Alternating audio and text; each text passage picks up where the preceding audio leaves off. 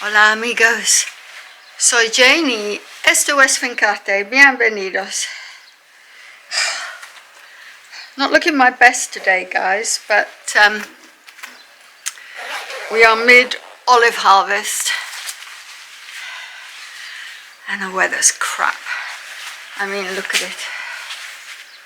It is freezing cold. It's about 3 degrees, something like that. Fog. All the trees are wet, so when you hit the trees, you get a rain shower.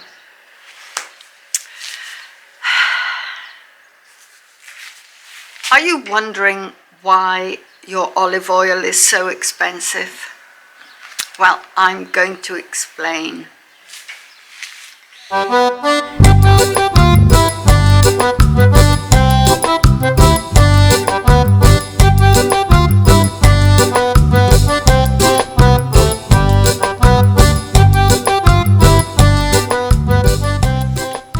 Gloves, one warm pair, one waterproof pair, plastic trousers, there's trousers underneath, and then there's long johns underneath that. Check my boots that nothing went in the night. It's too bloody cold, you shouldn't think they would. I should have really filmed the first couple of days that we did the harvest, because at that point we were still bright-eyed and bushy-tailed and enthusiastic to get started. I tell you, we've only done 20 trees and already feeling pretty jaded about the whole thing. Knee pads. You'll see why. Equipment needed. I think I've already established that we don't have machinery. There isn't any machinery that's really of any use to us here because of the way that our olives grow. Yeah, the day that AI can do my harvest for me is the day that I will worry about AI. Okay, what have we got here?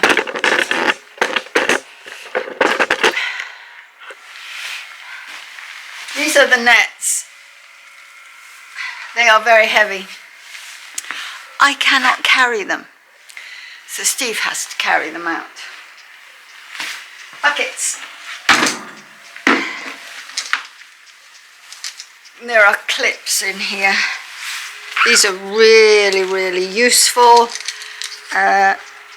For clipping the nets round the trees so that there aren't any gaps for olives to fall onto the ground. We have these things, they're like mini rakes. They're not terribly long.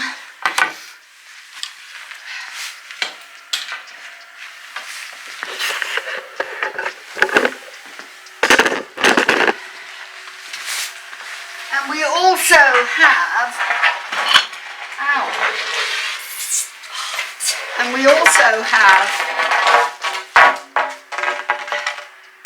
these great big poles. They're actually fishing poles, I think. Carbon fibre. One is slightly smaller than the other. The small one is mine because they're quite heavy. Now, the reason we need huge giant poles like this is because some of our trees are enormous and there's nothing we can do about that.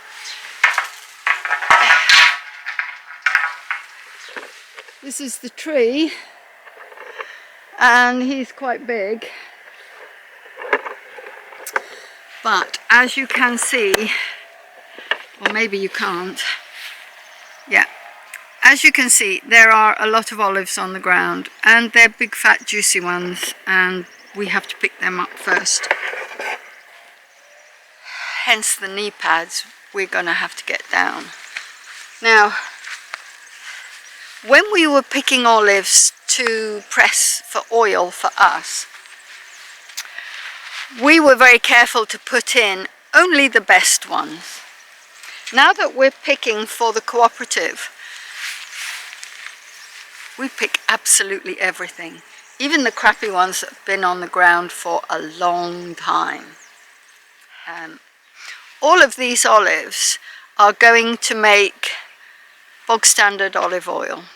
These are organic, but they will be mixed in with the olives from all the farms around here, a large number of which are not organic, and they will just make the kind of olive oil that you and I would buy at the supermarket just normally. Does that mean that it's crap quality olive oil because I'm putting all the crap olives in? The answer to that is no. The quality, it's not going to be the extra virgin, organic, beautiful quality of the stuff that we press at our friends and use throughout the year here. It's really going to be a little more ordinary than that. But all the olives are cleaned, mashed up, including some olive fly. Yeah, nobody removes the olive fly. Pressed, the water and gunge is separated from the oil, and basically there are checks and steps all the way along to ensure that you are getting only pure olive oil, even if the quality of that is slightly less than your beautiful, I don't know, 50 quid bottle of extra virgin olive oil. 50 quid, blimey. It would be good if I could get 50 quid for a bottle of olive oil. Anyway, my fingers are so cold. I can't feel the ends of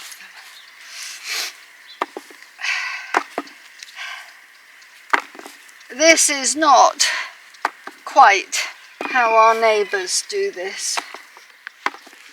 Let me explain how our neighbours do it.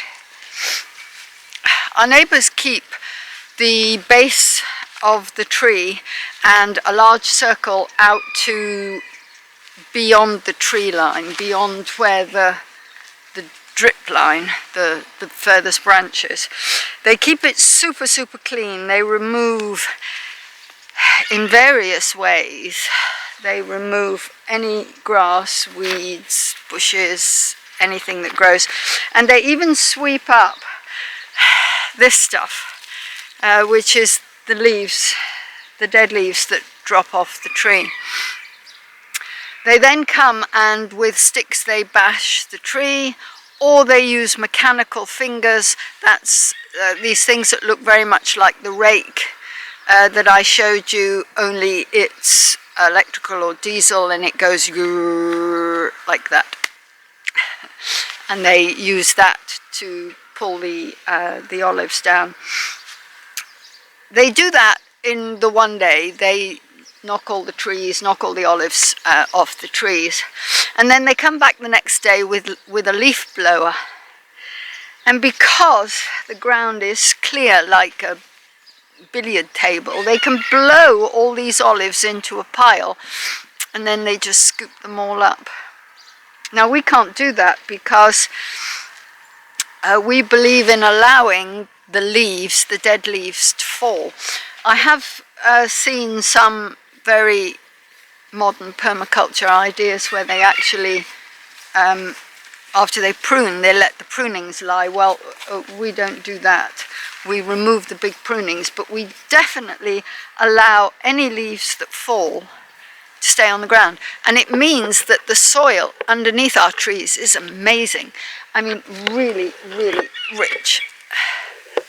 Look at this.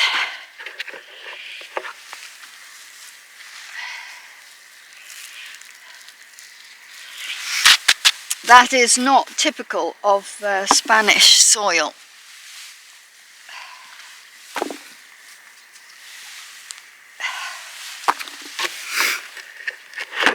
But it means that we don't have to feed the trees with any kind of fertilizer.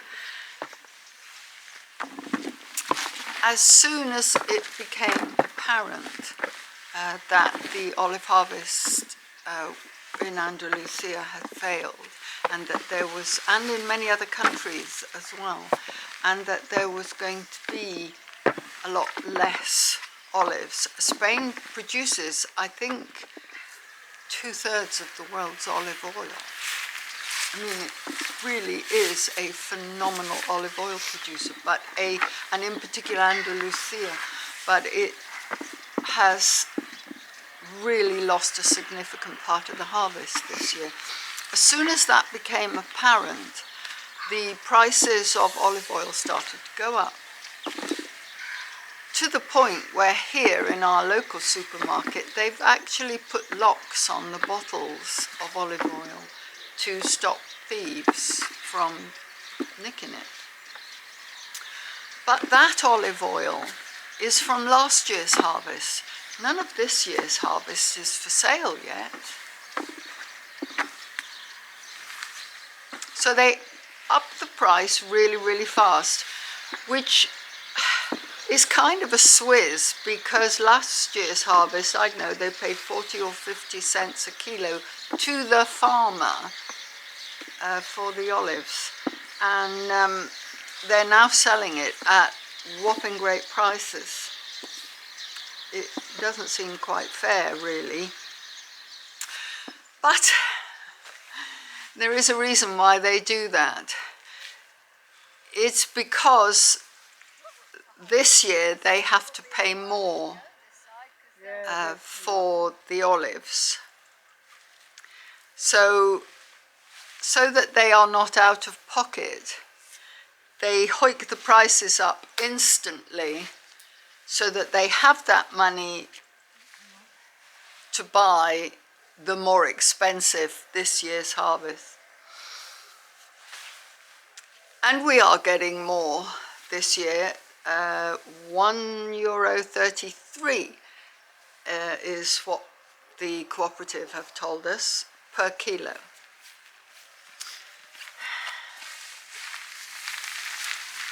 Mind the cameras behind you.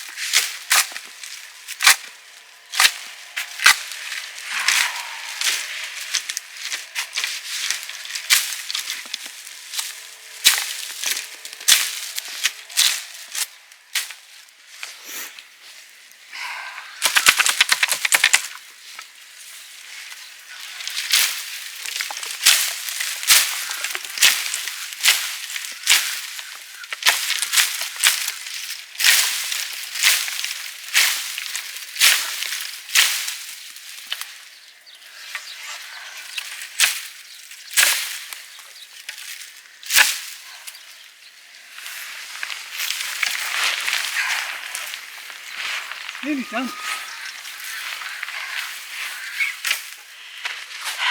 So, what if we didn't bother picking them?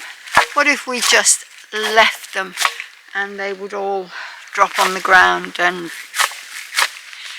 well, the answer is absolutely nothing. It would be fine. The trees would be fine. They would just rot away on the ground and nothing would happen. And they don't even seem to sprout and grow again if you leave them. So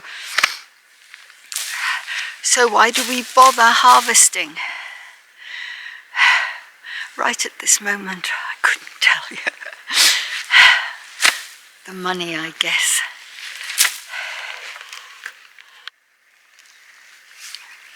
I haven't brought my phone with me. Did you bring yours? Yes, it just went ring, so somebody's probably left a WhatsApp or something.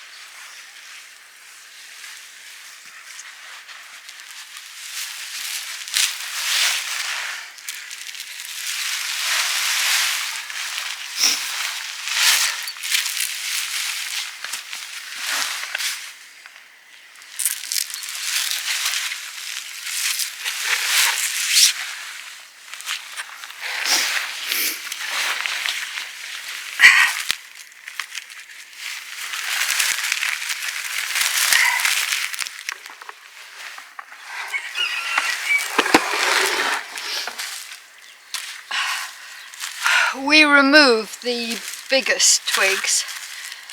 The machine at the co-op removes the smaller ones, so it's just easier if we take the big ones out. Some days it starts off really horrible like this, but then the sun comes out and it's actually quite pleasant then. Today is not one of those days.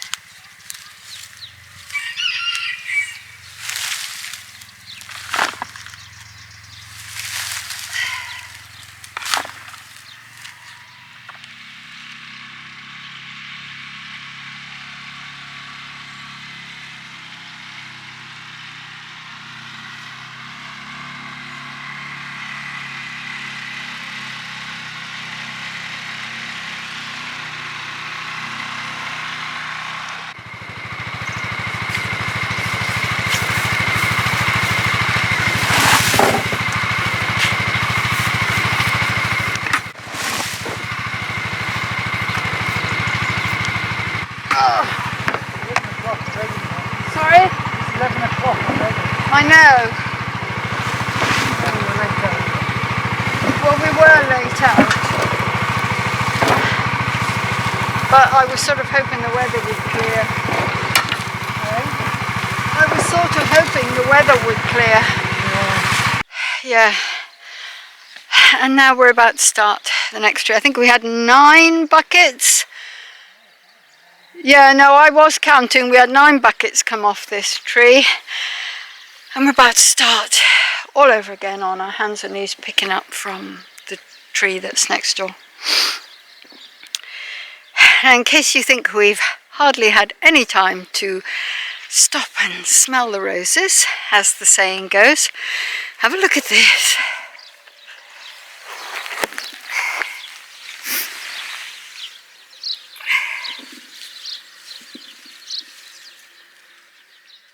We have lots of really interesting fungi on the finca, and at this time of year it's just perfect for finding and identifying. Now, I can't tell you the real name for that. We have a colloquial name, but it's far too rude to say on YouTube. It's the little things that keep you going. Right guys, I've gone through 3 batteries already.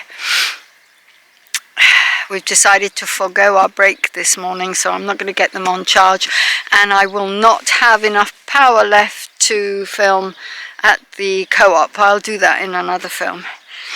So anyway, I hope you enjoyed seeing a little bit of what we go through. Don't forget, this is tree 21 and 22. We have 200 trees altogether, so we've still got a long way to go, so there might not be another film for a bit. I will let you know what the final tally is when we're finished,